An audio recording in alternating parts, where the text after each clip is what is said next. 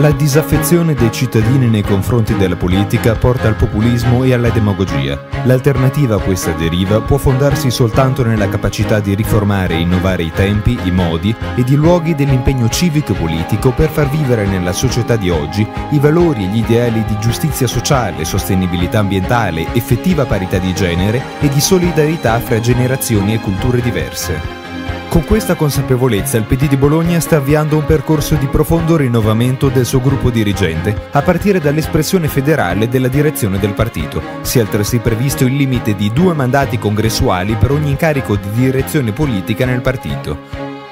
Con la recente riforma del partito locale si è anche superato il funzionariato politico a tempo indeterminato, senza alcuna deroga, in conformità al principio per cui la politica deve rimanere un'esperienza nella vita delle persone e non un mestiere per la vita. Ai circoli territoriali del PD si è chiesto di aprirsi alla società civile e al mondo del volontariato. Con il progetto Circoli Aperti, le associazioni di volontariato promuovono una parte della loro attività nei circoli del PD, consentendo quella mescolanza di impegno civico e politico capace di condividere relazioni, progetti comuni e vivere insieme gli ideali di una società che vuole rimanere coesa.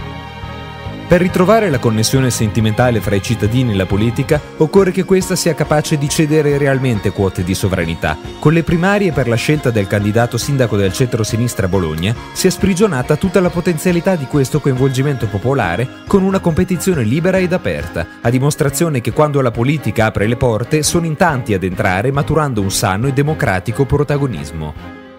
Per favorire la formazione dei giovani si è dato vita al laboratorio di formazione politica, con lezioni, esperienze di approfondimento tematico in Italia e all'estero e laboratori di ricerca per qualificare il loro impegno politico nel partito e nelle istituzioni locali.